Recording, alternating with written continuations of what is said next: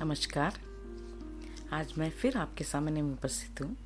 पाठ एक सुंदर भारत के कुछ मुख्यांश और अभ्यास लेकर उपस्थित हूँ। सबसे पहले मैं आपको ये बता दूँ मुख्यांश, चैप्टर सिनॉप्सिस। मुख्यांश माने यदि पाठ के किसी भी कोने से प्रश्न पूछा जाए तो आप उत्तर देने के काबिल रहेंगे या बनेंगे। और इस तरह वर्कशीट माने पूरे पाठ या कविता को पढ़ने के बाद दिए गए प्रश्नों के उत्तर आप देने योग्य बने। मैं कुछ अभ्यास और मुख्यांश यहाँ मैं दी हूँ, जिसे आप पढ़कर पाठ एक सुंदर भारत के पूरे प्रश्नोत्तर याद करने के योग्य बन जाएंगे। मुख्यांश: कवि श्रीधर पाठक जी, जन्म 11 जनवरी 1859, स्थान उत्तर प्रदेश चौधरी गांव में, शिक्षा संस्कृति और फारसी में, रचनाएं मनोविनोद, कश्मीर सुषमा, गोपिका गीत एवं भारतीय गीत। भाव इनके हैं स्वदेश प्रेम, प्राकृतिक सौंदर्य एवं समाज सुधार। हमारे भारत में प्रकृति सुंदरता के असीम छाप हैं। माथे पर हिमालय का मुकुट और चरणों को धोता हुआ सागर। वर्षा ऋतु में हमारे भारत की सुंदरता पर 4 चांद लग जाते हैं, जैसा अभी देखने को मिलता है। ऐसा लगता है स्वर्गलोक की सुंदरता धरती पर आ गया हो।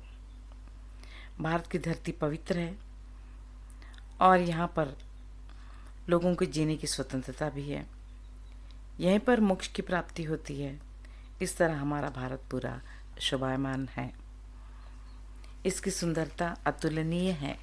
वर्कशीट अभ्यास: पर्यायवाची शब्द लिखिए। पर्यायवाची शब्द होते हैं जो अर्थ की दृष्टि से समानता रखने वाले बट शब्द अलग अलग। जैसे उदाहरण के लिए उर माने हृदय और दिल, नभ माने आकाश और गगन, चरण पैर और पाद। विलोम शब्द विरुद्धार्थी शब्द कहा जाए या ऑपोजिट कहा जाए। जैसे उदाहरण के लिए रुचि, उसका विरुद्धार्थी शब्द अरुचि। चंचल का विरुद्धार्थी शब्द अचंचल। सुंदर का विरुद्धार्थी शब्द बदसूरत। फिर आता है तद्भव रूप लिखिए। तद्भव रूप तत्सम शब्दों के लिखे जाते हैं। जैसे उदाहरण के लिए तत्सम शब्द वे शब्द होते हैं जो सीधे संस्कृत से हिंदी में आ जाते हैं और उनके जो अर्थ होते हैं उनको हिंदी में लिखना पड़ता है, मतलब तद्भव रूप में लिखना पड़ता है। जैसे उदाहरण के लिए संध्या माने शाम, आम्र माने आम, मयूर माने मोर। प्रत्यय पहचानिए। प्रत्यय शब्द वो होते हैं ऐसे शब्दांश जो शब्द के अंत में जुड़कर शब्द में परिवर्तन लाते हैं, उसे प्रत्यय कहते हैं। जैसे उदाहरण के लिए दर्शनीय ईय, स्वाभाविक इक, सुजनता ता या आ। उपसर्ग पहचानिए। उपसर्ग शब्द वे होते हैं जो शब्द के आगे जुड़कर शब्द में परिवर्तन लाए, उन्हें उपसर्ग कहते हैं।